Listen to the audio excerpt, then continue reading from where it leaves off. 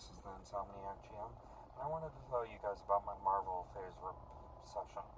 The session is a mini campaign. It was originally a campaign, but one of the players was having issues with transportation at the moment, so we put the game on pause for months now, and the players have... We've all agreed we don't want to play without them, but we all want to play. So the players had an idea that we run a game with the same characters, different universe, nothing connects to this universe. That way we can still play, they can still get familiar with our characters, and it doesn't punish the other player for not being able to make it. And yeah, so I like that, and so that's what we ended up doing. Now, this is just going to be a mini campaign. It's only going to be like 3 sessions. I'm not going to... I don't plan on making it too long, and I'm not going to be running this thing monthly. I'm thinking bi-monthly, and maybe by then we can go back to the normal campaign. So the premise for this mini campaign is it's not a Marvel universe. It's its own thing. It's something I created, and it's an alternate universe where 2012 is the end of the world, and for some odd reason the moon is coming closer to the Earth and will crash into it. This is causing tsunamis. It's causing earthquakes. All of them. Now, the players gain powers, and people are gaining powers from the moon. I don't know why. Now, as the moon comes closer, their power grows. Well, for session 1, I established the camp they were in, did some role playing in that. They got to meet some of the characters, and as they were interacting with these characters, a tsunami came in and started to, came further in. I should mention this is like the, I think, 5th month in of the year of this apocalypse. So, a tsunami hits and everyone is like in panic. The players are trying to save them.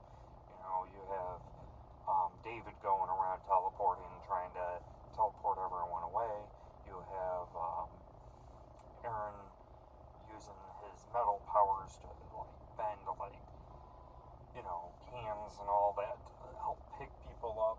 Well, what the players weren't expecting was an Orca comes into is riding in the tsunami and that, and starts molding the stone into spears and firing it at people, impaling them underground or underwater, so they'll either drown or bleed to death.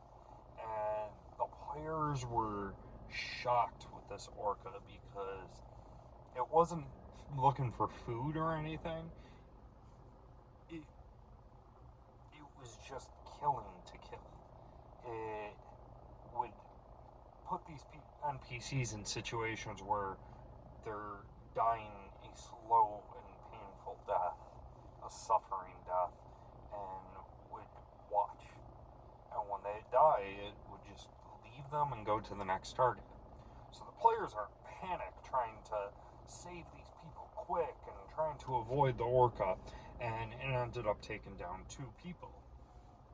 Well, try to fight the Orca, and all of a sudden the water starts receding back quickly.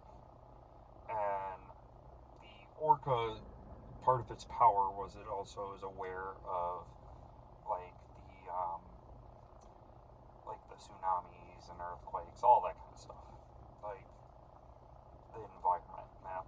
So it flees, not because it's afraid, but because it's preparing for the next wave. And the players are panicking because they didn't realize, oh man, if the tsunami's already residing this quickly, we're going to get a bigger tsunami.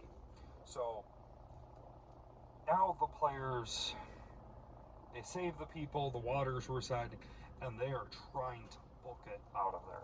They're talking, they're stressing about this Orca. They're afraid it's going to come back. They're trying to come up with a plan on how to deal with the Orca. They're trying to come up with a plan on how to get away from the tsunami and future tsunamis. They're trying to come up with a plan on how to stop the moon from crashing into their...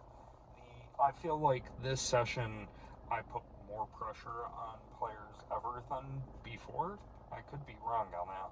So the players are trying to flee, and one of the players rips the sewage pipes out of the ground and uses that as like a hover device and all that. And they start traveling, and they notice like a weird alien-like creature, like some kind of like spider eel thing, and they don't know what it is. It's very foreign to them, and they leave it alone. And as they go on, they decide they're going to go to, I believe it was North Carolina. That's their plan. That's where their next home needs to be. Well, as they're traveling, there's like role playing going on, and the players come across some civilians who are walking, and they're going to be at risk of the tsunami. So now there's a discussion between the NPCs, like, do we put ourselves at risk to save these people, or do we just let them deal with it alone? And it came to the point where it was on the players' hands on what they think they should do. And the players were having a discussion about this. Like, I put them on the spot there. And so they discussed it, and they decided to save these people. So they saved them, and it slowed them down drastically, because it was a lot of weight on this map. Well, finally what ended up happening was the tsunami comes back in, and they're over the tsunami, and the streets are all flooded and everything, and all of a sudden the Orca fires like a rock at them, like a boulder, and it flips over the pipe, and everyone starts falling underwater. So now there's panic. The players are rushing to try to save whoever they can. The Orca's going for people, attacking them and that. Two NPCs were fighting beforehand, so Aaron encased them in the metal, and they're now drowning. So Aaron's trying to free them from that while they're trying to save the other civilians. The Orca like attacked another person, and they're trying to save them. So there's this mass chaos going on where everyone's panicking and trying to save these people. So Aaron focuses his attention afterwards on the Orca, and he tries. So the Orca forms stone around two of the NPC's feet, sinking them. So Aaron goes underwater and grabs onto them and transforms into an Orca himself to swim up. Well, I told him, I'm like, that's a good thing you did that. You saved yourself. And he didn't know why. He wanted to know after the session. I waited until the end of the session to explain to him. But what I was going to have the Orca do when he did that was the Orca was going to grab him, drag him deeper underwater, and try to drown him, and make sure those NPCs also drown. But by him turning into an Orca, it stopped that. Well, Aaron transformed himself into a shrimp, went into the Orca's mouth, and he wanted to try to blow the thing up from the inside by growing real large. And I explained my reason why I won't allow him to do it that way, and he was very reasonable on that. Like, he was very understanding. But he ended up deciding to turn into a pufferfish and puff up inside it, doing damage to the Orca. Now, while this is going on, David's teleporting everyone out, like trying to bring them somewhere for shelter and safety. And the Orca can't go after Aaron anymore, and can't go after, doesn't want to go after these two NPCs who are drowning. So David reaches over for the last NPC, and the Orca shoots a spear right through that NPC, giving them a fatal blow where they're not dead, but David's looking at the life fading from this person's eyes. And this angers David. So David uses his turn to swim over to the Orca, touch it, and teleport it up in the air. So while that's going on, Aaron transforms into a cobra and starts biting it, trying to inject it with as much poison as possible.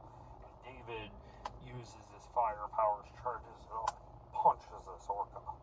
And the Orca starts to like be scorched. There's like a little bit of burning, and then Aaron bites and injects it with poison as the moon gets closer, and his powers amplified to the point where the Orca is now rotting away within seconds in front of their eyes, and just turns into goop, just falling apart and dying. And the players saved many of their people. I can't remember exactly how many deaths we had in that session. I want to say it was like maybe, I don't know, like 5 to 7, something like that. But the players, they didn't they had a vendetta for that Orca. Like, they got to them.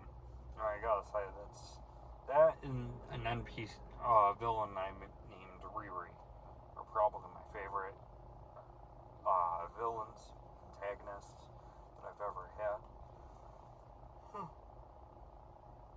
Sorry, I got poor sleep last night. But yeah, the players have like a little honoring for these NPCs, and they decide they're now going to travel to North Carolina. It is agreed that the next session would be another time skip, and we'll see the characters from that point. But they're trying to go to like the mountains to avoid the tsunamis, and yeah, so that was the session. That was a lot of fun. It was a palate cleanser from running an evil game by playing something a lot more heroic, and I'm interested to see how the players interact in this world and how they like it. They seem very excited with how the setting is, and I like challenging them with this. But yeah, that's the session. That's session 2 of 3 this week.